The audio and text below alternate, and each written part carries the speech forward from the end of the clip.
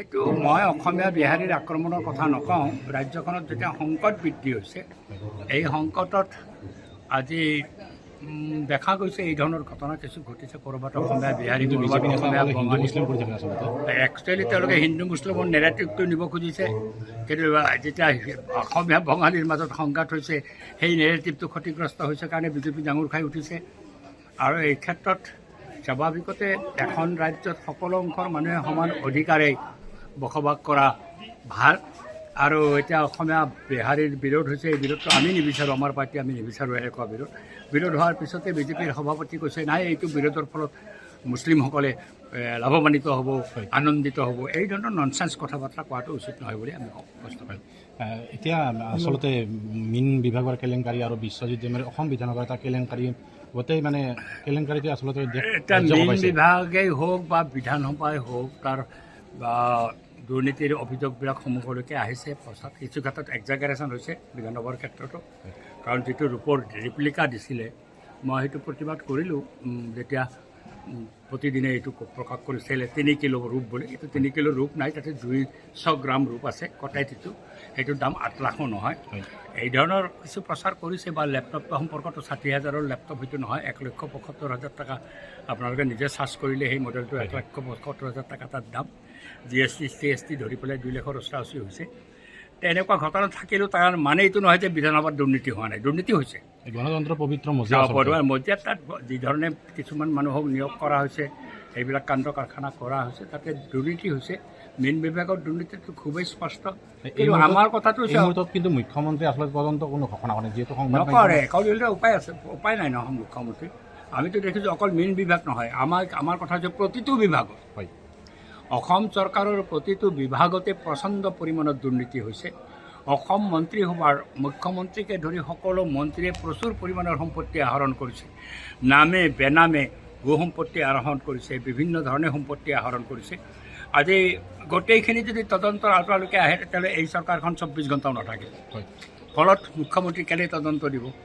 কাৰণ বালিলৈ পেলাই জিকাত কাৰ, সেইপাত কাৰটো সুগৰিবলৈকে আজি মীন বিভাগত যদি তেওঁ তদন্ত ঘোষণা কৰে, এছেম্বলিত যদি তেওঁ তদন্ত ঘোষণা কৰে, তেতিয়াহ'লে why not panchayat, why not revenue, why not irrigation, why not water resource, সকলো বিভাগততো দুৰ্নীতি হৈছে, প্ৰচণ্ড পৰিমাণত দুৰ্নীতি। পঞ্চায়ত বিভাগত আচলতে 15 ফাইনেন্সৰ যিবিলাক ধন আছিল সেইবিলাকো কোনো আজিকালি আটাইতকৈ বেছি কৰাপশ্যন হৈছে এইটো পঞ্চায়তত।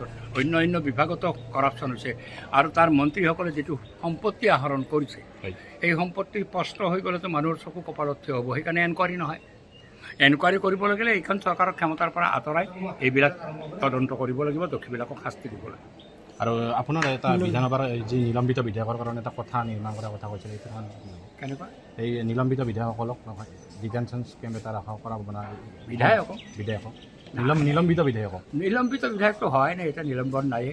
কাৰণ কংগ্ৰেছে নিলম্বন কৰিলে 2-3জন বিধায়কক, তেওঁলোকে চুপচাপ বহি থাকিল। দল ত্যাগ নকৰিলে, দল ত্যাগ আইনৰ আওতাত পৰিব বুলি বহি থাকি বিজেপিক সমৰ্থন কৰিলে।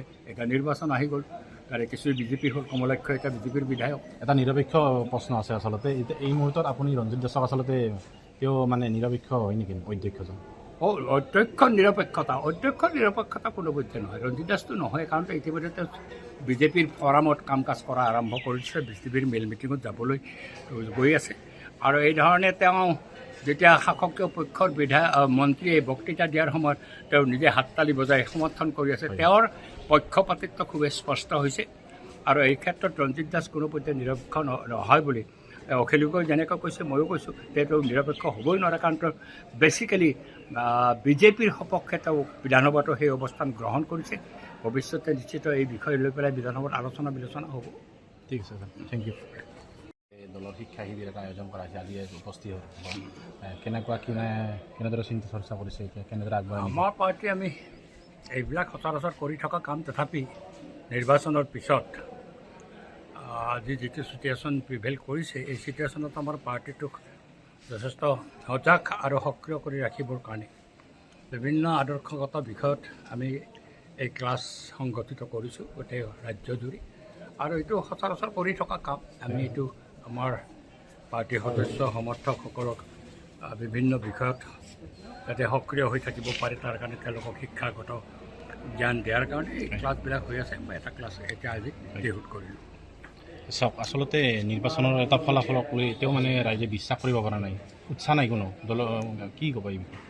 এইটোতো নিশ্চিতভাৱে এটা মানুহে প্ৰত্যাশিত ফলাফল বুলি ভবা নাই, কাৰণ ইমূৰৰ পৰা সিমূৰলৈকে এটা পেটাৰ্ণত তেতিয়া ভোটটো হৈছে, মানুহৰ স্বাভাৱিক সন্দেহ হোৱাটো স্বাভাৱিক। কাৰণ তাৰ আগতে পূৰ্বতে আমাৰ ৰাজ্যৰ মুখ্যমন্ত্ৰীয়ে দুবাৰ জাপানলৈকে গৈছে আৰু একদম নিৰ্দিষ্টভাৱে কৈছে 100-2খন আসন পাব NDA, আৰু এই কথাও কৈছে যে বিজেপি দলে নিজে 80ৰ পৰা ওপৰত চিট পাব, 82 পাব। আৰু সেই মৰ্মে যেতিয়া ফলাফলটো হৈছে মানুহে স্বাভাৱিকতে সন্দেহ কৰিব, তেওঁ কেনেকৈ জানিলে বা এজন ব্যক্তিয়ে এইটো জনা সম্ভৱ নেকি? আৰু একে পেটাৰ্ণত ফলাফলবিলাক যেতিয়া আহিছে, ৰাইজে হতাশো হৈছে আৰু এই ফলাফলত প্ৰত্যাশিত নহয় বুলি তেওঁলোকে বিশ্বাস জন্মিছে, আৰু সেইকাৰণে নিৰ্বাচনটো যাতে বেলট পেপাৰেদি হয় এই ধৰণে কথা উত্থাপিত হৈছে, দাবী উত্থাপিত হৈছে। আমিও এই বিষয়টোত অলপ সচেতনভাৱে চিন্তা ভাৱনা কৰিছোঁ, আৰু আগন্তুক দিনত যাতে এনেকুৱা ফলাফল নহয় বা এইটো ফলাফল পূৰ্ব নিৰ্ধাৰিত ফলাফল যাতে নহয়, প্ৰয়োজন হ'লে বেলটত ভোটটো ব্যৱস্থা কৰাই ভাল। এইটো আমাৰ তীব্ৰ যুঁজ হৈছিল আচলতে ৰঞ্জিত দাস আৰু আপোনাৰ মাজত, তথাপিও তীব্ৰ যুঁজ হৈছিল। মানুহে কৈছিল ৰঞ্জিত দাস হাৰিব, এক্সিট পলত কৈছিল ৰঞ্জিত দাস হাৰিব, পুলিচ ৰিপৰ্টত কৈছিল ৰঞ্জিত দাস হাৰিব, তাৰপিছত ৰঞ্জিত দাসে জিকিলে।